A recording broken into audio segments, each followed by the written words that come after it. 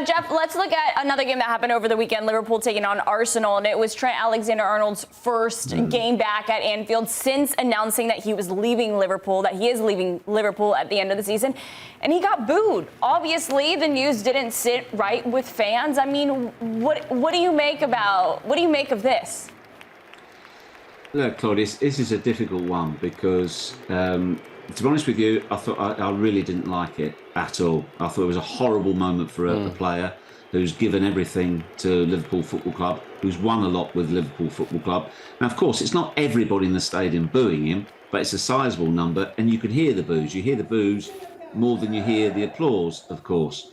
But, you know, I'm not going to tell Liverpool fans, those that booed him, what they should and shouldn't think, but I just think for the player himself, it looked really, really hurtful. That looked like it really cut him to the quick. It's an unusual situation to see that.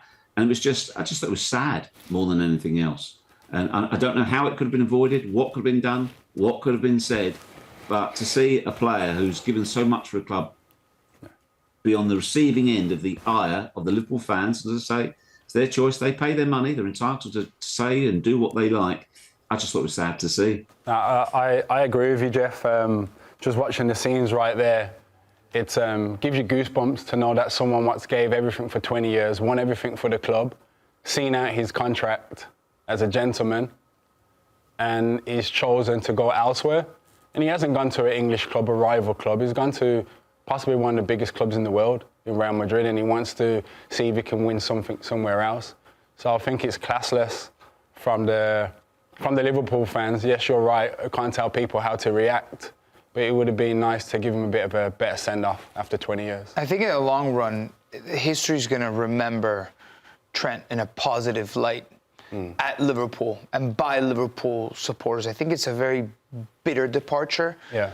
It feels like Liverpool's very own Trent has been torn from his home and he's decided to move on. My question is yeah, he's leaving on a free because he's seen out his contract. Why wasn't Liverpool able to give him an extension or a new contract where this situation presents itself? He moves on but leaves Liverpool with some money. That's more, for me, exactly. That's more questions Yeah. to the club than for Trent himself. Yeah. So Nico, you're right. He's won a lot, right, Geoff? Like, his legacy's there. Like, if you want to judge him by his legacy's there.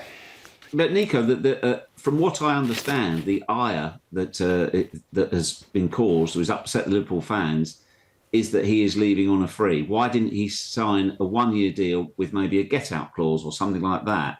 The honest answer is we don't know. We don't know whether he was offered that and he was refused it, or if the club didn't want to do it. We don't actually know. But that's where it kind of comes back down to business, like what we don't see and what we don't hear. But what we do see is a player leaving on a free. He's seen out his contract, regardless of what's gone on behind the scenes or hasn't gone on. He's seen out his contract. He's completed his deal. He's done his time. He's done his time, yeah. So if a player kind of comes to the end of something and they want something, as a business, they're going to say no. But on the other way, and on the other foot, the player's done what he's doing and the fans are still complaining. Yeah, it wasn't dramatic. It wasn't the Mbappe, I'm going, I'm staying, I'm going, I'm staying. A lot of media noise. He saw out the end of a contract, made a very classy announcement in his departure. He had a lot of tact with the way that he left Liverpool Football Club. And he's gone. That's the reality of the situation. So I hope history does repay Trent's legacy in Liverpool specifically. I think everybody around Liverpool, everybody beyond Liverpool, I think is honoring Trent's legacy for what it is. But for some reason, at Liverpool, it's a different feeling, a different perspective. All right, Geoff, what do you make of everything that happened with Nottingham Forest over the weekend and their owner stepping on the field to talk to the manager, not even pull him aside, talk to him in the locker room? It was right there on the field, in front of cameras, in front of fans. Yeah, apparently in the detail, or whether or not this is a little bit of history being rewritten, Claudia, because you know Forest lost a player and they only had 10 for the last 10 minutes. There was a miscommunication between the medical team and the coaching staff. So if he came on and said, look, what the hell went on there? What was going on? Why we only have 10 men or what have you? That's one thing. If he's come on and said, look, Nuno, that draw, giving away that late equaliser, that could cost us 75 million quid because we're not in the Champions League. that's something else. But either way, I'm with Nico. It's not a good look, but look, he's a passionate man. He owns the club. He's entitled to do what he likes. Do I think it was clever? No. Do I think, with hindsight, he probably regrets it? I think so. But just not a good look, is it? And, they've still got a chance. It's not in their hands anymore, but they've still got a chance. They've got to rally the troops and get going once again. And, you've got to bear in mind where they were last season, how far they've come. The fact that they will be playing some sort of European football next season is fantastic. So if there's any negative on the day, it's just not right. And what they've done, they've raised expectations so high, Claudia, they've fallen away towards the end of the season, and that's what the disappointment is. The act of going onto the field, confronting your manager after a season whose expectations were blown out of the water, speaks of a man that is doused in entitlement. A person that thinks that they are bigger than what's going on the field. And I get it, Geoff. It is his club. He can do whatever he wants, right? But it just reeks of someone who doesn't understand the codes of football. Like, so out of touch. Like, no. Zach, Nico, the message it sends. The message it sends. How it can the body put people language, on edge. Nuno on edge in these last couple. Zach, how would you feel if you were playing for a club and then there's suddenly the owner who's maybe like lurking in the shadows most of the time, you don't have day-to-day contact with that person, is suddenly on the pitch when the season has gotten a little bit tense? I think it's taken the shine away from what Nottingham Forest have done. They've had a great season. They're in Europe, but the owner's coming on and doing what he's doing. Yes, I understand Nottingham Forest, their heads have been in the clouds the last few months and talking about Champions League. And yes, there's hope, but that's all it is hope right now.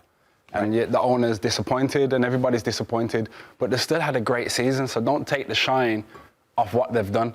And when you're doing what you're doing on the pitch with the manager, I think it's very embarrassing from a club's point of view. Yeah, it's an insult to the project that Nuno Espírito Santo has done with players like Chris Wood playing out of his mind, Morgan Gibbs-White. I mean, this is the precipice of a miraculous season.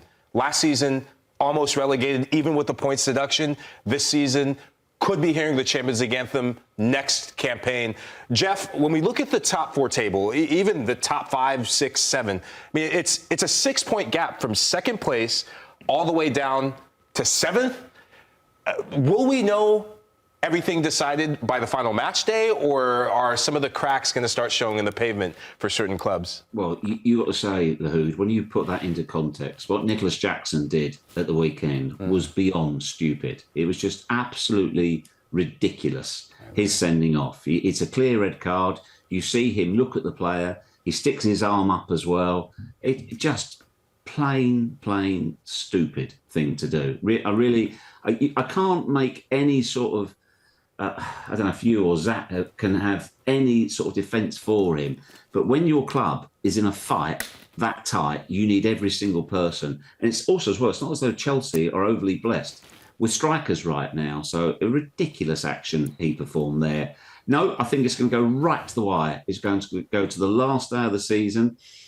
I think we are starting to see, if you like, the 5. Well, we know who 2 are. It was a big point for Arsenal at the weekend, by the way. It's who follows them in order. City, I think, will make it. Newcastle as well. So I actually think we're probably only talking about one place left after these, aren't we?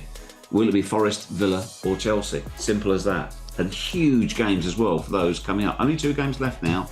That's it. I think they are massive games, and looking at the fixtures and what Villa's got next with Spurs and Man United, 2 teams who are playing in finals. Playing badly as well, Zach, in the league. Yeah, in the league they're playing terrible. So I only can think that they're probably going to rest a few players for finals. That's obviously, as a Villa fan, I'm hopeful of that. And I feel that Villa can beat Spurs at home and go away to Man United and get that 3 points. Chelsea played Man U as well, Zach, but then their last game, they're away to Nottingham Forest. What if it's twisted? What if it's twisted by them and Nottingham Forest are back in the fold? It could be an unbelievable last day. I'm just hopeful because at Aston Villa right now, it's in our hands. It's in our hands. If we win 2 games, we're in the Champions League. Yeah. So we've got 2 cup finals. Well, we have to win the first one first, because if we win the first one, then obviously we have a second one. If we lose the first one, it's out of our hands. Yeah, and if they do it, I think they've done brilliantly, Zat, this season. I don't know about you, because, to go back into the Champions League and to deal with that, the new players that have come in, virtually all have been a success. I think he's done fantastically this season, Unai Emery, and they're going to want to build on that, aren't they? It's been a great season for us, and for us to do what we've done in the Champions League and beat some big teams, Bayern Munich, to beat, I know we didn't beat them overall, but to beat PSG was great as well. And just to have that run and the atmosphere at Villa Park has been tremendous, and hopefully we can get back there next season. How critical, though, is it going to be to have Champions League? I mean, Unai Emery spoke about it right after the elimination. Being back in Champions League, to have this project progress, it would feel like such a step back if it's after having such an incredible Champions League run to be playing in Europa League the next season. Well, they teed it up with the anthem. Was it foreshadowing? I thought it was foreshadowing, right? I thought Unai was saying, you know what? Yeah. Good evening. I want to go back to where I have success. That's nasty. I've just got one question. Just one question for you, Zat. When you talk about Fulham, do you say we? Yes, I do. I say we as well. I'm a Villa fan, because that's where I grew up, in Aston, 2 miles away from the stadium. But I started my career at Fulham. They gave me my break at 17, and I was there for 9 years. So I do support both teams. So, yeah, both of them are we. Fair enough.